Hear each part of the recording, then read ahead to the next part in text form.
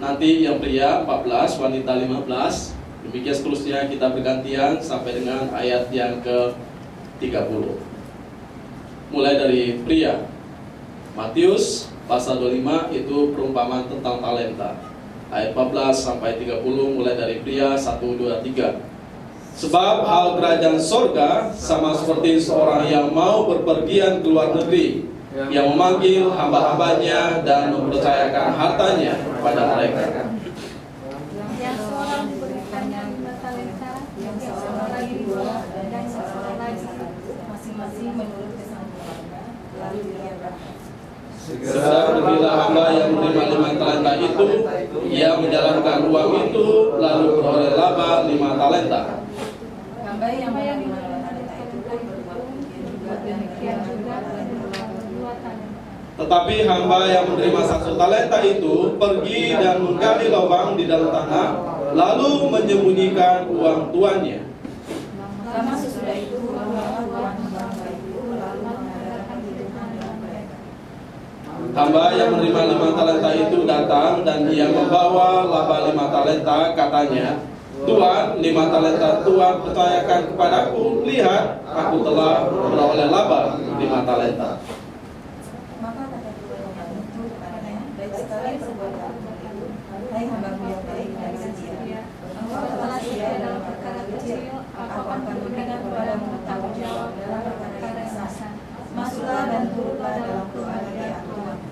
Lalu datanglah hamba yang menerima 2 talenta itu, katanya, Tuan, 2 talenta Tuhan percayakan kepadaku, lihat, aku telah beroleh laba 2 talenta. Maka kata Tuhan kepadanya, baik sekali perbuatanmu, hai hambaku yang baik dan setia. Engkau telah setia memikul tanggung jawab dalam perkara yang kecil, aku akan memberikan kepadamu tanggung jawab dalam perkara yang besar. Masuklah dan turutlah dalam kebahagiaan Tuhan. Kini datanglah juga hamba yang menerima 1 talenta itu dan berkata, Tuhan, aku tahu bahwa Tuhan adalah manusia yang kejam, yang menuai di tempat di mana Tuhan tidak menabur, dan yang memungut dari tempat di mana Tuhan tidak menanam. Karena itu aku takut dan pergi menyembunyikan talenta Tuhan itu di dalam tanah. Ini terimalah kepunyaan Tuhan. Maka jawab tuannya itu, hai kamu hamba yang jahat dan yang malas, jadi kamu sudah tahu bahwa aku menuai di tempat di mana aku tidak menabur dan memungut dari tempat di mana aku tidak menanam. Karena itu sudahlah seharusnya uang itu engkau berikan kepada orang yang menjalankan uang, supaya sekembali itu aku menerimanya serta dengan bulannya. Sebab itu ambillah talenta itu daripadanya dan berikanlah kepada orang yang mempunyai 10 talenta itu. Karena setiap orang yang mempunyai kepadanya akan diberi, sehingga ia berkelimpahan. Tetapi siapa yang tidak mempunyai, apapun juga yang ada padanya akan diambil daripadanya.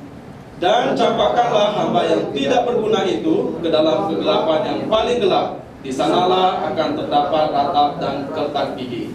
Sedemikian jauh pembacaan firman Tuhan yang kita perhatikan, bahwa di sini mengisahkan tentang ada seorang tuan yang mungkin bisa lebih, hambanya lebih daripada 3, tetapi konsepnya adalah ada 3 hamba yang kemudian dipercayakannya talenta karena dia mau pergi ke luar negeri.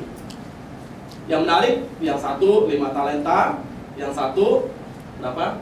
2 talenta, yang satu 1 talenta. Kenapa masing-masing ini diberikan sesuai dengan jumlahnya masing-masing? Ada 5, ada 2, ada 1. Kenapa? Karena menurut kesanggupannya masing-masing. Nah, ini menarik. Jadi orang diberikan kepercayaan oleh sang tuan. Tuan sudah tahulah kapasitas hambanya. Kalau hamba masih baru 1, nggak mungkin kasih kepercayaan 5. Kalau baru bisa 2, nggak mungkin langsung 10. Tapi yang pasti tuannya ini tahu bahwa dia ini seorang pembisnis. Kemudian dia mau pergi ke luar negeri, nggak mungkin. Dengan pergi ke luar negeri kemudian usahanya tutup, nggak mungkin. Tetap jalan. Toh ada hamba yang selama ini membantu dia untuk mengerjakannya. Artinya kapasitas ini yang 1 tuan, yang 1 hamba. Nah, tuan mempercayakan apa yang dimampukan dijalankan oleh hambanya itu. Yang 1 tadi 5, yang 1 tadi 4, yang 2, yang satunya 1. Yang menarik adalah pertanyaan kita, kira-kira yang 5 berat nggak? Cukup berat. Yang 1 kira-kira berat nggak? Ya ringan tentunya, dibandingkan dengan yang 5 atau yang 2, karena dia dapat 1. Artinya harusnya ini sesuatu yang bisa dia jalankan karena sesuai dengan kemampuan yang ada. Tetapi menarik dikisahkan bahwa setelah menerima, semuanya pergi kan. Yang 1 pergi segera menjalankan, akhirnya peroleh laba 5 talenta. Dari 5 jadi 10. Yang 1 dapat 2 dijalankan, akhirnya dari 2 jadi 4. Yang 1 pergi juga, tapi segera menguburkannya. Kemudian apa? Memang nggak kurang. Dia tidak korupsi, nggak kurang duit tuannya. Tapi jangan kira bahwa tuannya senang, karena ini untuk modal usaha yang harus terus dijalankan. Kita pikirkan, yang penting kan nggak merugikan orang lain, nggak apa-apa, diam aja. Yang penting ini tetap utuh, tidak merugikan orang lain. Ternyata di dalam pemahaman tuannya ini nggak boleh seperti itu. Ini kan sudah saya percayakan, saya ini sebagai tuan, kamu sebagai hamba. Selama ini kamu bekerja dengan saya, dan memang seharusnya bekerja demikian. Jadi harusnya kepercayaan yang diberikan oleh seorang tuan kepada hamba dijalankan dengan baik. Sehingga yang tadi punya kapasitas lebih ya dikasih lebih. Yang kira-kira punya kapasitas yang ya tidak begitu kuat, ya biasa, ya diberikan sesuai dengan takarannya. Yang menarik bahwa justru yang diberikan 1 talenta itu, dia tidak menjalankan dengan baik. Memang tidak berkurang, tetapi tidak bertambah. Yang menarik bahwa ketika tuannya pulang, ya tentu tuannya mengadakan perhitungan dengan mereka. Nah, tuannya tentu senang dong. Pulang berharap ini dapat sesuatu. Ternyata yang 1 mengabarkan dia tidak menghasilkan apa-apa. Kemudian pemikirannya negatif sekali. Dia berkata di ayat 24, "Kini datanglah juga hamba yang menerima 1 talenta itu dan berkata, Tuan, aku tahu bahwa Tuhan adalah manusia yang kejam, yang menuai di tempat di mana Tuhan tidak menabur, dan yang memungut dari tempat di mana Tuhan tidak menanam." Kadang-kadang kenapa orang tidak bekerja dengan maksimal? Itu karena mindsetnya yang salah. Berpikir enak bener nih, gue kerja sama Tuhan saya malah makin kaya. Nah, saya kerja keras, apa hasil saya? Jadi berpikirnya adalah, ya untung di dia, rugi di saya. Padahal pemikiran yang benar adalah, waktu Tuhan kita untung, sebetulnya itu keuntungan kita juga. Karena kemudian Tuhan yang menerima lebih laba daripada hamba yang dipercayakan ini yang setia, yang 5 dan yang 2 itu. Dia berkata, ayo sini, kamu hamba yang baik, perbuatanmu baik, hambaku yang baik dan yang setia, engkau telah setia dalam perkara kecil. Aku akan memberikan kepadamu tanggung jawab dalam perkara yang besar. Dia sudah mampu menjalankan tanggung jawab itu, maka diberikan tanggung jawab lagi. Nah, pemahaman yang benar adalah berpikir bahwa kalau saya mampu mengerjakan ini, pasti nanti Tuhan percayakan sesuatu pada saya, satu perkara yang lebih besar lagi. Dan mindset ini harus kita tanamkan pada diri kita, bahwa memang tidak selamanya langsung untung, semua mengalami proses. Tetapi yakinlah bahwa Tuhan itu tidak diam, Tuhan itu tidak buta, tangannya terulur dan terbuka bagi siapa yang setia dalam perkara-perkara yang kecil. Bukankah semua orang yang hebat, yang sekarang, yang kita kenal, gereja-gereja yang besar termasuk, itu memulai dari hal-hal yang kecil. Di PCC saya membaca suatu buku, mereka memulai dari kelompok kecil, bahkan belum ada band, belum ada sorotan lampu, belum ada panggung yang luar biasa. Dikatakan oleh pendetanya, kami memulai dari gereja yang sangat kecil sekali. Bahkan pemain piano kami itu harus kadang-kadang kita relakan untuk melayani tempat lain, karena mereka belum mampu untuk membayar. Tapi kemudian dalam perjalanan, kesetiaan, ya Tuhan percayakan mereka dengan kapasitas yang kita tahu sekarang ini. Dan Kita juga tahu bagaimana GBI Gilgal. Ya, saya membaca dan saya mengikuti tentang perkembangannya. Ternyata mereka juga prosesnya mulai dari kecil. Ya tidak mudah untuk bergerak, apalagi dari jumlah yang kecil tiba-tiba banyak gitu ya, nggak mudah. Tapi kalau udah banyak, tambah banyak gampang. Tapi dari kecil sampai tambah, kayaknya agak sulit sekali. Dia berkata, bertahun-tahun kayak berdoa, bergumul, nggak ada satu orang pun yang datang. Tapi pada suatu saat, Tuhan membawa orang untuk datang. Dan itu pekerjaan Tuhan. Akhirnya dia menyadari, itu bukan karena pekerjaan kekuatan manusia. Dan memang, saya pikir menemukan orang yang setia itu nggak mudah. Menemukan orang yang tangguh di dalam perjalanan hidup, dalam pekerjaan, dalam pelayanan, itu nggak mudah. Ya sama seperti dalam kisah ini. Orang tahu bahwa dia adalah seorang hamba yang wajib menjalankan tugas tuannya, tetapi ada orang yang punya mindset yang lain. Berpikir, enak sekali tuan saya, dia dapat untung, saya dapat rugi. Padahal ingat, keuntungan tuan kita adalah keuntungan bagi kita. Kebahagiaan tuan kita adalah kebahagiaan bagi kita. Yang manusia di dunia bisa memperlakukan hambanya dengan baik ketika dia untung. Biasanya di perusahaan kalau ada bonus, tetap bagi kepada karyawannya. Apalagi tuan kita, tentu nilainya tidak harus selalu berupa materi. Nilainya hal-hal yang rohani, hal-hal yang bersifat kekal yang Tuhan anugerahkan kepada kita. Maka sebetulnya siapa yang rugi sekarang? Apakah tuannya rugi? Tidak. Yang rugi adalah hamba itu. Dia diberi kepercayaan, dia mampu melipatkannya, dia tidak mau mengerjakannya. Akhirnya dia bukan hanya tidak lagi bekerja, tapi apa yang ada pada dia diambil. Nah, ini prinsip yang sangat penting. Saya berpikir bahwa ya ngapain sih kita terus memberikan kesempatan pada orang malas kalau udah dikasih kesempatan kan? Memang perlu rajin. Nah, orang rajin itu pasti dia menemukan jalannya. Bahkan pemahaman saya adalah orang rajin pasti akan membuka jalan, dan membuka jalan. Tapi kalau orang malas, dia tidak akan menemukan jalan. Dia akan menutup jalan, dan menutup jalan. Dan dalam prinsip untung rugi, ya pasti dia akan rugi, bukan hanya dirinya, tetapi juga menjadi beban bagi orang lain. Maka kita harus memandang bahwa kepercayaan, ini bicara tentang kepercayaan, kalau di tentang talenta ini, memandang bahwa kepercayaan yang Tuhan berikan kepada kita ini, itu sesuatu yang bernilai mahal, sesuatu yang istimewa, sesuatu yang tidak boleh kita sia-siakan, tidak boleh kita abaikan. Nah, mungkin kita rasa bahwa apa yang kita lakukan benar karena kita sudah mengabaikan, tapi kemudian hari kita akan merasa menyesal. Kenapa saya tidak mengerjakan tugas hamba Tuhan yang diberikan kepada saya ini? Nah, maka kita harus menjalankan tugas yang Tuhan berikan kepada kita.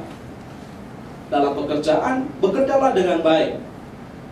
Dan harus punya mindset bahwa kenapa Tuhan bawa saya ke tempat ini? Supaya saya menjadi mimbar di tempat ini, supaya saya menjadi kesaksian di tempat ini. Kenapa Tuhan bawa ke kampus ini? Ya ada maksud Tuhan di sana. Nah, maka prinsip kita adalah dimanapun kita ada, itu adalah tempat yang tepat. Di dalam prinsip dunia, orang tepat pada tempat yang tepat, ya kan? Ya memang ada benarnya bahwa ya kita harus merupakan orang yang tepat pada tempat yang tepat. Tapi dalam pemahaman kita adalah semua tempat di dunia ini itu adalah tempat yang tepat bagi kita. Mau kita sama seperti Daniel berada di Babelonia, mau seperti Yusuf berada di Mesir, itu adalah tempat yang tepat. Pada pemahaman kita mungkin ya seperti Yusuf, ya layaknya berada di Israel bersama dengan bangsanya. Tetapi ternyata semua ruang di dalam dunia ini memang Tuhan sediakan untuk kita ada di sana, supaya kita mewarnai dunia. Di sanalah kita menjadi terang, menjadi jawaban, menjalankan tugas yang Tuhan berikan kepada kita. Maka kepercayaan yang Tuhan berikan kepada kita melalui segala hal, kecakapan, kepintaran, kemampuan untuk bekerja, talenta yang Tuhan berikan kepada kita. Harus kita jalankan, harus kita pegang sebaik mungkin. Kita emban dengan penuh rasa takut, dengan penuh rasa tanggung jawab pada Tuhan, supaya apa yang kita kerjakan ini maksimal. Sehingga, Pak, boleh nggak kita kerja di bos yang Islam? Boleh saja. Boleh nggak kita kerja di bos yang agama lain? Boleh saja. Tetapi dimanapun kita ada, bahwa kita harus membawa kepercayaan yang terbaik daripada Tuhan. Kita harus menjadi terang di sana, menjadi berkat, menjadi jawaban, sehingga hidup kita ini betul-betul bermakna dan berguna bagi orang lain. Tentu kalau kita sudah bermakna, berguna, ya saya meyakini karena hati kita tertuju pada Tuhan, maka semuanya mendatangkan kemuliaan bagi nama Tuhan. Maka kita harus ingat apa yang Tuhan percayakan kepada kita, mau itu talenta 1, 2, 5, itu semua punya nilai yang sangat penting. Jadi jangan kira, oh cuma 1 Pak pada saya. Enggak apa-apa. Kalau memang 1 itu adalah satu yang dari Tuhan, pasti punya tujuan yang besar. Ya, saya beberapa kali bercerita kepada kita tentang bagaimana seorang Fanny Crosby. Dia kan orang yang buta. Tetapi menarik bahwa Tuhan menganugerahkan kepada dia untuk bisa mengubah lagu. Orang yang buta bisa mengubah lagu sampai 8.000 lagu. Bahkan begitu banyak lagu yang masih dinyanyikan sampai hari ini. Itu berkat kegigihan dia, dan dia meyakini bahwa itulah panggilan yang Tuhan berikan kepada dia untuk bisa memberikan makna kepada orang lain melalui pujian-pujian yang dibuat. Ya, dengan kata lain bahwa tidak ada seorang pun di dunia ini yang hina sampai-sampai tidak bisa melakukan segala sesuatu, karena pada masing-masing orang pasti Tuhan titipkan sesuatu untuk dijalankan, untuk diemban. Jadi Tuhan tidak memberikan segala sesuatu kepada kita hanya untuk disimpan, hanya untuk dikubur, bahkan hanya untuk dipendam. Tetapi Tuhan memberikan suatu kepercayaan kepada kita untuk kita terus lipat gandakan, untuk terus kita kerjakan menjadi satu hal yang bertambah-tambah, menjadi berkat, bahkan berpengaruh besar ya bagi diri kita dan juga bagi orang lain. Sehingga ya kita harus menuntut diri kita. Jangan melihat orang lain. Orang lain malas, kemudian kita ikut malas. Orang lain hanya melihat internet, nggak ada artinya pekerjaan. Kita jangan ada di sana. Orang hanya tidur-tiduran, ya kita harusnya punya pilihan yang berbeda. Sehingga sikap kita itu harus berbeda. Kalau orang tidak menjalankan, masa kita ikut orang tidak menjalankan? Maka pemahaman saya adalah orang yang setia dalam pekerjaan bukan hanya bicara tentang orang itu lama atau tidak di satu kantor itu, tapi apa yang dia kerjakan itu menunjukkan bahwa dia setia atau tidak. Kita akan pikir, oh dia setia Pak, udah puluhan tahun di sini, dia udah senior di sini. Nah, benar, secara lamanya dia senior. Tetapi apa yang dikerjakan selama ini nggak ada. Filing nggak ada, jejak nggak ada. Ya udah, berarti selama ini nggak kerja apa-apa. Ya mungkin dia hanya by instruksi saja, tidak punya inisiatif, tidak punya ide, bahkan tidak ada yang lebih daripada orang lain. Maka ketika orang lihat kita ya sama saja. Dan saya pikir bahwa mindset yang ditanamkan, yang dimiliki oleh 2 orang yang punya 5 talenta, 2 talenta itu bagus sekali. Yang ini nggak kerja, dia tetap kerja. Kemudian ya kita harus punya pemikiran bahwa kalaupun orang lain tidak kerja, ya kadang-kadang kita memang agak jengkel juga. Kenapa kita harus mengambil bagian dia kan? Ya harusnya ini tugas dia. Kok kenapa jadi saya? Ya, dulu berulang-ulang saya mengalami hal seperti itu dalam pelayanan. Tapi menarik sekarang ini saya juga happy juga, ternyata ada maksudnya. Dulu kita udah dipisah. Ini bagian diakonia, hamba Tuhannya ini, bidang misi hamba Tuhannya ini, bidang persekutuan hamba Tuhannya ini. Tapi ternyata semuanya dibidangi oleh saya semua. Padahal sebetulnya udah ada pembagian. ternyata pendetanya percaya kepada saya. Karena semua yang dia katakan kepada saya tidak ada satupun yang lolos, hampir tidak ada satupun menurut saya. Dia ngomong, saya catat, langsung saya eksekusi. Jadi dia senang sekali. Sehingga ada sesuatu yang berbeda, ada sesuatu yang lebih baik yang bisa kita warnai di sana. Ya kadang-kadang orang nggak mengerjakan, ya itu memang satu bonus untuk kita supaya kita kerja lebih banyak, atau suatu beban juga bisa bagi kita kerja lebih banyak. Tetapi percayalah, kalau kita setia mengerjakannya, itu berkat bagi kita. Dan kemudian hari kita tahu bahwa sangat menolong kita untuk melihat banyak hal, melakukan banyak hal, dan lebih jauh berjalan. Nah, kalau Bapak Ibu tanya kepada saya, sebetulnya saya kan hanya sekolah teologi. Tapi yang pertama berkat saya memang suka baca, jadi pemahaman saya lebih luas. Nah kemudian kalau ditanya saya bisa nggak desain untuk mau flyer dan sebagainya, bisa. Ya tentu tidak secanggih mereka yang kursus. Bisa nggak edit video? Bisa.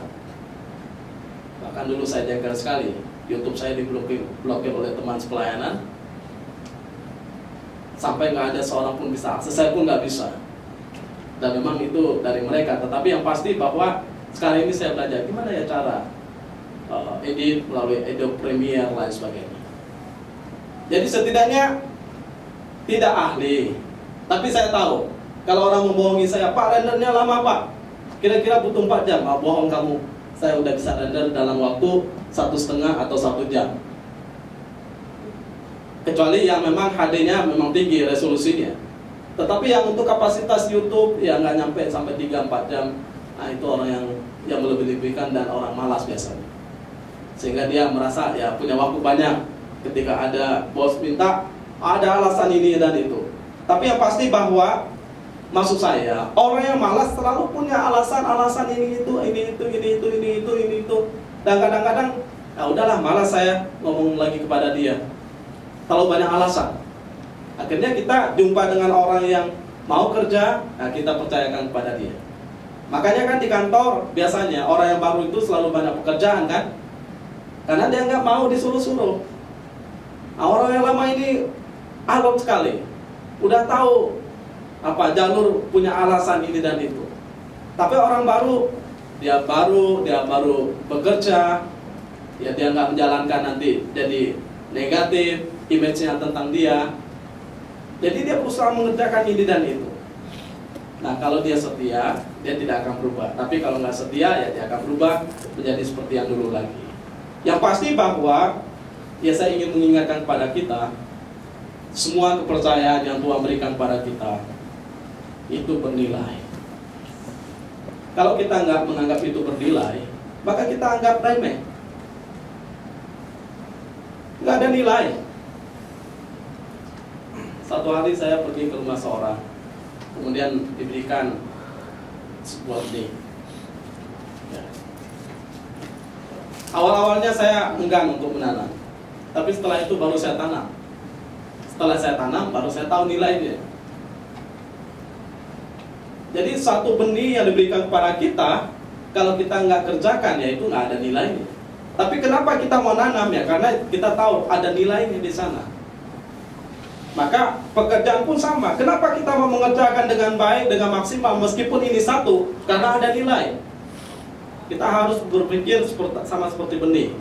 Benih itu satu, tapi kalau dia sudah tumbuh, dia mungkin menjadi pohon yang besar. Dia mungkin menjadi buah yang banyak. Dan itulah benih. Maka jangan anggap remeh satu. Satu pekerjaan, satu talenta, termasuk juga satu pelayanan. Mungkin kecil, awalnya kita di belakang layar. Awalnya kita mungkin ya mendapatkan perkataan-perkataan yang tidak enak. Ya dulu saya ada waktu pelayanan awal main musik. Wah gak enak sekali. Susah sekali rasanya dapat kesempatan main musik. Tapi sekarang saya mau main musik setiap hari juga bisa, karena kan keyboard saya bawa ke rumah. Tapi dulu kesempatan untuk main, waduh susah sekali. Udah pulang ibadah, saya latihan, gembalanya rewel, dia bilang, Niko kamu menghabiskan ini energi listrik. tapi dia nggak ngerti perkembangan saya kemudian. Dan memang suatu nilai yang mau kita capai mempunyai harga. Tidak ada harga yang tidak dibayar di sana. Ya kalau orang nggak mau bayar harga, maunya enak dapat begini, ya susah. Dia tidak akan menghasilkan sesuatu yang terbaik. Maka kita pikir bahwa semua yang kita kerjakan itu bernilai. Tidak langsung dapat uang hari ini, tidak langsung mendapat penghargaan hari ini, tidak langsung melihat suatu perkembangan pertumbuhan hari ini, tapi suatu waktu nanti kita akan tahu kenapa kita mengerjakannya. Saya umpamakan seperti anak kita ya. Waktu kecil dia sepertinya merepotkan kita, tapi waktu kita urus menjadi anak yang besar, tentu cita-cita kita, pemikiran kita adalah dia akan menjadi anak yang berhasil membahagiakan. Tapi kenapa kita terus menggendong dia, memperhatikan dia? Kadang-kadang kita memukul dia, kadang-kadang kita merangkul dia, menjengkelkan, kadang-kadang tetap kita kasihi. Kenapa? Karena kita tahu dia bernilai. Nah, dalam semua hal saya pikir ini pemahaman yang sangat bagus, suatu filosofi yang sangat bagus, bahwa ingat satu hal yang kita kerjakan itu bernilai di mata Tuhan dan di mata sesama kalau kita mengerjakan dengan benar. Sama seperti jiwa kan? Jiwa digambarkan seperti domba yang hilang itu, satu domba yang hilang, sementara ada 99 ekor masih dalam kandang, dalam pengawasan. Tapi karena dia tahu nilai satu itu kalau hilang udah nggak komplit, 100, tinggal 99. Dia tahu nilai itu, sehingga dia cari. Kenapa? Ya karena ini jiwa yang berharga. Dan itulah pemahaman kita juga dalam pelayanan. Saya berpikir bahwa dengan jumlah yang ada, kita tetap kerjakan tugas tanggung jawab kita. Kita tetap semangat melakukan tugas tanggung jawab kita untuk pekerjaan Tuhan. Jadi saya berpikir bahwa ini bukan hanya berpikir tentang hal-hal materi, hal-hal kesenangan diri, tetapi ini bicara tentang Tuhan percayakan kepada kita hari ini, yang kita kerjakan hari ini. Jangan sampai kita terlambat dan menyesal. Kalau udah menyesal, aduh susah. Saya ketemu beberapa orang, Pak saya pengen melayani Tuhan, tapi waktunya terus berlalu, dia rasa sudah terlambat. Kemudian menyesal, ya memang masih ada waktu karena masih hidup, tapi waktu tidak sama seperti yang dulu lagi. Karena tidak seperti yang dulu lagi, waktu itu terus berjalan.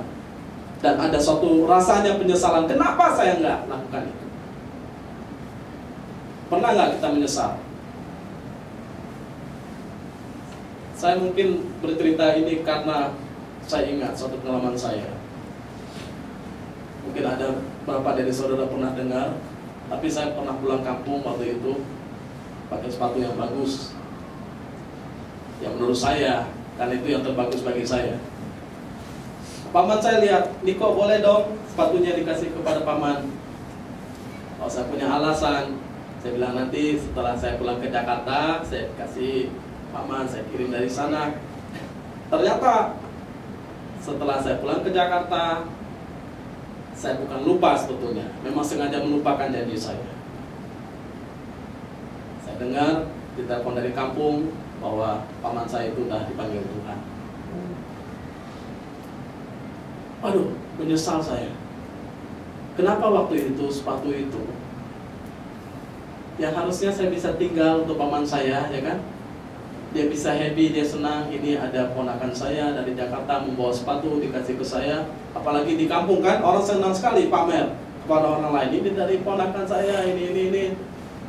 Bapak saya aja, saya undang ke Jakarta waktu itu. Wah, ceritanya udah hampir 1 tahun lebih. Terus cerita tentang bagaimana pengalaman di Jakarta. Kita udah lupa. Tapi dia terus koleksi cerita itu. Seakan-akan itu sesuatu yang sangat hangat. Nah, dia berharap sekali. Ternyata dia sudah dipanggil oleh Tuhan. Akhirnya saya merasa, waduh, terlambat. Saya menyesal sendiri. Kenapa enggak saya kasih? Saya tahu bisa beli kan? Harganya nggak terlalu mahal lah, masih bisa. Tapi dasar kita orang yang nggak kepikiran dan tanda kutip agak pelit lah. Kita masih berpikir tentang diri, nggak mikirin orang lain. tetap aja lolos. Akhirnya setelah saya pikir-pikir, mau ngirim sepatu orang yang sudah meninggal, ya harusnya kan pas dia hidup kan happy kan, dapat sepatu itu kan. Nah ini udah meninggal, susah sekali. Ya udahlah, akhirnya ini suatu penyesalan, dan memang saya terus tanam dalam hati saya bahwa jangan sampai kita terlambat. Kalau udah terlambat mau nyesal-nyesal susah. Mau kita berdrama, membuat drama-drama susah. Sehingga apa? Ya kita tidak pernah melakukan segala sesuatu sebetulnya. Dan ada seorang yang kasihan sekali menurut saya. Suatu hari saya melayani di penghiburan, nah, semua keluarga ngomong kan dalam suatu tradisi suku tertentu. Jadi semua ngomong tentang kebaikan, tentang hubungan dengan omanya. Tiba saatnya ada seorang artis, dia ngomong juga. Dia bilang, Oma, dulu Oma dekat dengan saya, Oma baik sama saya, kita begini-begini dan sebagainya. Seakan-akan hubungan mereka dekat sekali. Tapi tiba-tiba tua-tua dari keluarga itu langsung bilang, kamu jangan berpikir ini sedang main sinetron ya. Ini bukan drama. Kamu tidak pernah memperhatikan oma kamu selama hidup. Oh, kaget saya. Padahal baru saya bahkan menggebu-gebu kan. Kaget saya. Tidak pernah kamu sedikit pun memperhatikan oma kamu. Jangan membuat drama di depan ini. Ini bukan drama, ini real. Orang meninggal real. Waduh, kaget saya. Tapi itulah kita. Setelah orang mati kita membuat drama kan. Seakan-akan kita dekat, seakan-akan kita waktu hidup peduli. Padahal tidak. Dan itu menyentak saya. Nah kadang-kadang saya malu sendiri kalau saya ngomong, oh bapak ini baik selama hidupnya. Karena belum tentu yang kita omongin itu betul realitasnya. Oh dia begini. Oh sadar saya, kadang-kadang itulah manusia itu kalau orang sudah meninggal baru seakan-akan hal yang terbaik yang bisa kita lakukan seakan-akan sudah kita kerjakan, padahal belum. Dan memang seorang artis ini kasihan sekali juga karena banyak tamu yang datang dan dia dipermalukan di situ. Tapi menurut saya adalah percuma kita mau berdramatisir, percuma kita mau ini dan itu setelah orang meninggal atau sesudah lewat waktunya, itu tidak akan mengobati situasi, tidak akan mengubah. Maka kerjakanlah segala sesuatu selama kita masih hidup. Kalau sudah meninggal, apalagi menjelang kematian, udah gak berdaya lagi. Nah, kalau kita mau peduli kepada orang tua kita, ya pedulilah selama dia masih hidup. Saya bilang sama teman saya, kamu kalau kamu mau peduli sama orang tuamu, ya selama dia hidup, ya kamu undang ke Jakarta, ajak makan yang enak. Oh, beneran dia kerjakan. Dia undang ke Jakarta, tinggal di hotel. Ya sedikit-sedikit dia juga kerjain orang tuanya, kan ada air panas. Kemudian kan di hotel itu kan ada yang harus pakai kartu kan. Dicabut kartu tiba-tiba, oh mati lampu ya katanya. Ternyata karena dicabut kartunya. Tapi dia rasa happy karena dia sudah membawa orang tuanya ke Jakarta, naik pesawat, wah pengalaman yang sangat indah. Ya ajak keliling-keliling Jakarta, melihat ini dan itu. Ya saya pikir bahwa ya itulah yang kita harus lakukan selama kita masih hidup. Kalau kita mau menyenangkan orang lain, mau menjadi berkat, ya kerjakan selama kita masih hidup. Kalau enggak, ya percuma. Makanya saya berkata bahwa percuma kita kemudian potong babi, potong ayam ratusan ekor, buat keramik, buat rumah untuk orang yang sudah meninggal. Percuma kalau waktu hidup kita tidak melakukannya terhadap orang tua kita atau terhadap orang yang kita kasihi. Maka bisnis kita adalah selama kita hidup ya kerjakan yang terbaik, yang kita tahu yang terbaik. Entah terhadap orang tua kita, entah terhadap anak kita, entah terhadap bos kita. Jangan sampai menyesal dulu, saya melakukan ini terhadap bos, kecurangan dan sebagainya. Udah menyesal ya, tak bisa balik lagi waktunya. Bahkan terhadap karyawan kita, selama dia masih hidup ya kerjakanlah yang terbaik. Karena masa itu akan hilang, masa itu akan berhenti. Maka di kampung ya biasanya di tempat kami lah, Kalau orang tua sudah meninggal baru heboh, kita mau potong apa? Mau potong babi. Tapi pikir ya, kadang-kadang alangkah indahnya kalau kita makan babi ada orang tua kan? Ini orang tuanya sudah meninggal, kita yang pesta pora makan babi. Maksudnya untuk orang tua, ucapan syukur atau apa, mengingat orang tua. Tapi udah tidak terlalu bermakna. Kemudian kita kasih keramik bagus-bagus di tempat kuburannya. Kenapa waktu hidup rumahnya nggak kita keramikin?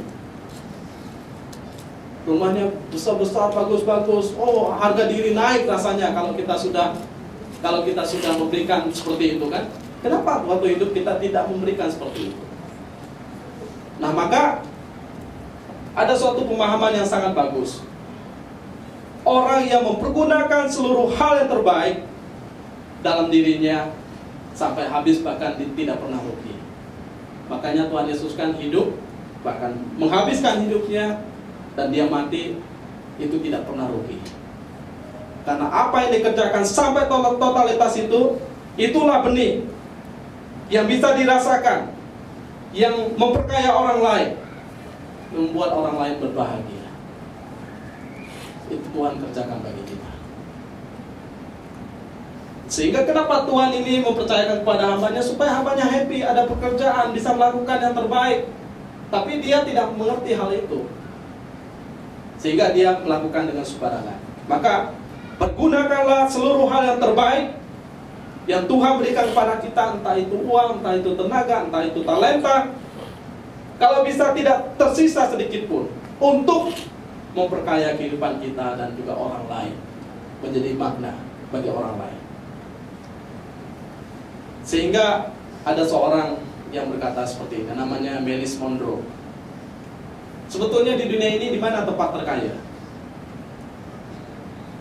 Di mana sebetulnya tempat terkaya di dunia ini? Ada orang kemudian menjawab, oh, di ladang minyak yang ada di Kuwait, Irak, dan Arab Saudi. Kemudian ada yang berkata, di tambang emas dan intan di Afrika Selatan, di tambang uranium dan perak di Uni Soviet, Afrika dan Afrika. Setelah diselidiki, memang secara materi itulah tempat-tempat terkaya di dunia. Nah, Indonesia salah satu sekarang karena ada nikel kan, nah, itu salah satu aset yang terbesar juga. Tapi ternyata tempat terkaya itu bukan di situ. Tempat terkaya di dunia dia katakan ada di kuburan. Wah, kenapa di kuburan? Karena dikatakan bahwa di sanalah terkubur orang-orang hebat. Oh, penuh dengan gelar mulai dari BA, MA, apa segala, doktor, profesor dan sebagainya. Di sana terkubur potensi dan mimpi, semua gelar, bahkan semua bakat. Kenapa terkubur? Karena mereka penuh dengan semuanya itu, jabatan, gelar, bakat, uang. Mereka penuh dengan itu, tetapi mereka tidak pernah menggunakan itu semaksimal untuk menjadi berkat bagi orang lain. Mereka hanya memaksimalkan hanya untuk diri sendiri. Maka penuh untuk dirinya. Waktu dia meninggal, ya tidak ada yang mewarisi, yang menjalankan dengan baik. Maka ini menggelisahkan saya juga, bahwa ya jangan sampai ya tempat terkaya itu di kuburan. Maka waktu kita gali kuburan, ya itu tempat terkaya sebetulnya. Kalau kita bisa minta, profesor, boleh nggak bagi otaknya gitu kan, bagi ke saya. Boleh nggak bagi gelarnya? Udah nggak bisa lagi. Ya syukur-syukur kalau dia sudah pakai dengan bagus selama hidupnya. Kalau nggak, rugi kan, kebuang. Maka memang disitulah tempatnya. Jadi dikatakan di kuburan itu tertimbun semua berkat-berkat Tuhan yang harusnya disalurkan hanya numpuk untuk diri. Terkubur mimpi-mimpi yang tidak pernah menjadi kenyataan, lagu-lagu yang tidak pernah dinyanyikan. Ada yang bisa ngarang lagu, tapi nggak pernah dinyanyikan. Karena takut, nggak viral katanya. Kemudian ada benih tapi tidak pernah ditanam. Ada buku-buku tapi tidak pernah ditulis. Orang itu mampu buat buku ini dan itu, nggak bisa, nggak pernah ditulis. Kemudian lukisan-lukisan yang sangat indah tapi tak pernah memenuhi kanvas. Ya percuma kan? Oh udah khusus sedemikian rupa, udah bisa bikin ini dan itu, ternyata kanvasnya kosong. Ide-ide yang tidak pernah dituangkan, visi yang tidak pernah menjadi kenyataan, bahkan harta talenta yang tidak pernah dikelola, diusahakan secara maksimal. Dan Melis Monroe berkata, itu sebetulnya tragedi yang terbesar dalam kehidupan manusia. Ketika manusia punya talenta, punya kemampuan, punya semua sumber daya dalam dirinya, tapi tidak dipergunakan dengan baik, oh itu tragedi. Kalau kita perhatikan orang-orang hebat itu, mereka berusaha melakukan hal yang terbaik. Saya nonton tentang pendeta Stephen Tong. Ya kita tahu ya. Ada yang tidak tahu, dia seorang pendeta dari GRI, Gereja Reform Injili Indonesia. Dia seorang pendeta, seorang penginjil, pengajar, arsitek, konduktor, dan komposer. Jadi ada seorang bertanya kepada dia, Pak Tom, apa yang membuat Pak Tom bisa berkarya, bisa berprestasi, bisa sukses sampai pada titik ini? Ternyata jawabannya menarik menurut saya. Dia berkata bahwa semua karya, semua pekerjaan itu sebetulnya punya satu filosofi. Jadi semua yang kita lakukan ini harus dipakai untuk memuliakan Tuhan. Nah, orang seperti itulah orang yang sukses dalam hidupnya. Jadi dia bilang bahwa secara vertikal kita bertanggung jawab pada Tuhan dan memberikan karunia kepada kita yang telah memberikan karunia kepada kita, talenta, sehingga kita bisa pergunakan sebaik mungkin, semaksimal mungkin, memberikan hidup dan waktu kita untuk semua yang Tuhan berikan. Jadi Tuhan sudah memberikan kita kekuatan, dia berkata kesehatan, ya pakailah semaksimal itu.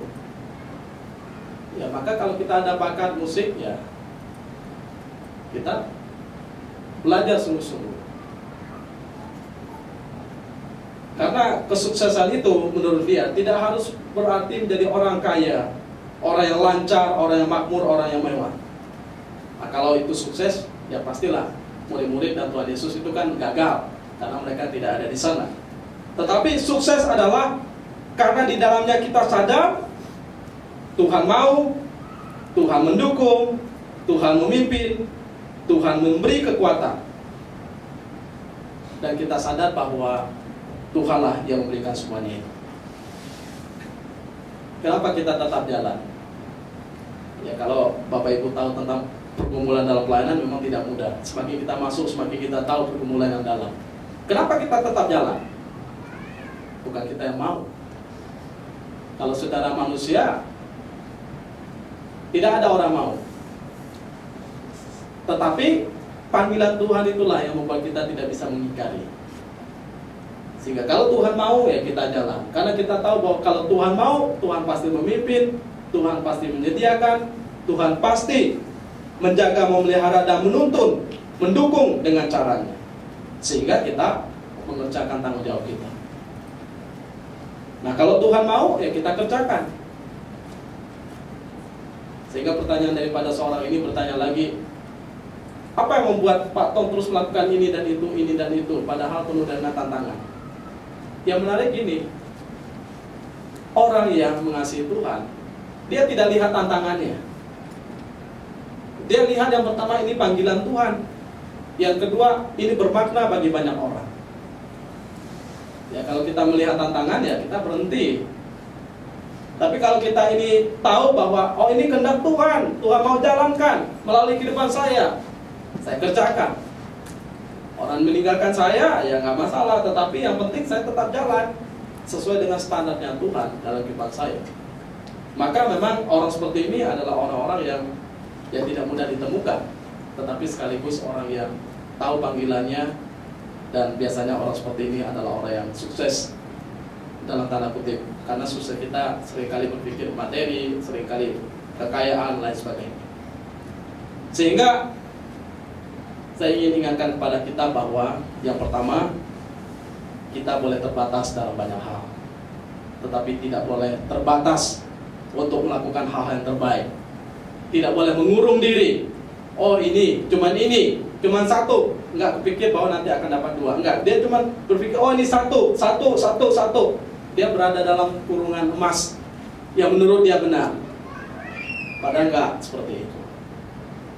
Orang seperti ini tidak punya visi ke depan, tidak melihat sesuatu yang besar di depan. Dia cuma bisa lihat angka 1 itu. Nah, padahal orang punya visi bisa lihat 1 itu bisa menjadi 1000, bisa menjadi 2000, lain sebagainya. Sehingga kita tidak boleh membatasi diri, mengurung diri dalam satu keterbatasan kita. Dalam terbatas, kita harus berdampak luas, harus maksimal. Ya, maka kita harus berjuang, jangan cengeng dengan diri kita. Ya, kadang-kadang memang situasi sering membuat kita cengeng ya. Kenapa begini, kenapa begitu. Tetapi ya kita harus mendobrak itu supaya kita keluar. Sedikit agak panjang. Saya kira-kira 5 menit lagi. Yang pasti saya kagum dengan seorang janda miskin. Tahu janda miskin? Di dalam Alkitab, dia sudah miskin, memberikan semua yang dia miliki di kantor persembahnya. Awalnya orang tertarik karena orang-orang kaya, orang-orang hebat memberi sekepok kan, masuk semua. Tapi Tuhan Yesus berkata mereka memberikan dari kelebihannya. Tapi datang janda miskin, bongkok-bongkok susah, memberi yang terbaik, terbanyak, bukan hanya 10%. Kadang-kadang orang ribut, perpuluhan harusnya 10%, 10%-nya dari mana? Dari yang kotor atau yang dari yang bersih? Nah, kalau udah memikir gitu ya susah juga. Ya pastinya bahwa 10 dari semua yang sudah kita dapat. Tapi ini enggak 10. Dia 100% semuanya, semua yang harusnya untuk kebutuhan hidupnya dia berikan. Jadi standar dia adalah yang terbaik, layak diberikan kepada Tuhan. Dan dia tahu bahwa Tuhan yang memberi, ya Tuhanlah yang akan menyediakan yang terbaik.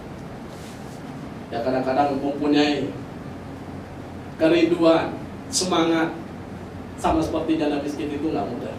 Saya kadang-kadang bergumul dengan diri sendiri, tetapi saya coba memaksa diri. Karena semakin kita nggak mau, harusnya semakin kita paksa. Semakin kita paksa, lama-lama kita menjadi terbiasa. Kalau misalnya orang nggak mau makan, ya udahlah nggak apa-apa kamu nggak mau makan. Nah itu berarti kita nggak baik pada dia. Tapi kalau dia nggak mau makan, kita paksa, nah bagus, supaya dia belajar bahwa makan itu bagus. Sama seperti kita nggak mau doa, ya kita harus paksa diri kita berdoa. Kita nggak mau baca Alkitab, paksa diri kita baca Alkitab. Kita nggak mau mendengar suatu khotbah yang baik, yang benar, yang berbobot, yang mengarahkan hidup kita harus paksa diri kita. Memang kadang-kadang khotbah itu nggak enak, pedas, tapi kita paksa. Kecuali khotbah itu ngawur ya, maka kita harus ya hati-hati juga, kritis dalam hal ini. Seorang janda ini bukan hanya memberi 10, tetapi 100% kepada Tuhan. Artinya bahwa dia memberikan sesuatu yang segenap, sempurna, yang terbaik. Dan itulah yang juga dilakukan oleh Tuhan Yesus kan. Tuhan Yesus memberikan yang terbaik sampai 100% dari hidupnya. Yesus adalah Allah 100%, manusia 100%, tetapi 100% juga hidupnya dipergunakan untuk kemuliaan Allah Bapa di surga. Nah memang dalam bagian ini ya kita harus punya semangat, berjiwa besar, melakukan tugas tanggung jawab kita. Ya saya mau ketika kita pulang dari tempat ini, kita berdiri tegak, kita menatap ke atas dengan suatu keberanian bahwa Tuhan menghadirkan saya di dunia ini ada maksud. Jadi saya bukan menjadi orang rata-rata hanya sekedar, tapi saya harusnya menjadi seorang yang memimpin, melakukan hal yang terbaik dalam dunia ini. Sehingga ya kita mengharapkan hal yang besar, lakukan hal yang besar untuk hormat kemuliaan nama Tuhan. Jadi biarlah ini kita pikirkan dalam kehidupan kita. Tuhan sudah hadirkan saya dalam dunia. Saya nggak tahu talenta apa yang Tuhan berikan kepada kita masing-masing. Mungkin ada yang bisa nulis, mungkin ada yang bisa nyanyi, ada yang main musik, ada puisi, ada yang jadi arsitek. Apa talenta yang pada kita? Intinya gunakanlah dengan maksimal. Tuhan percaya kepada kita berkat, gunakanlah dengan maksimal. Mari kita berdoa.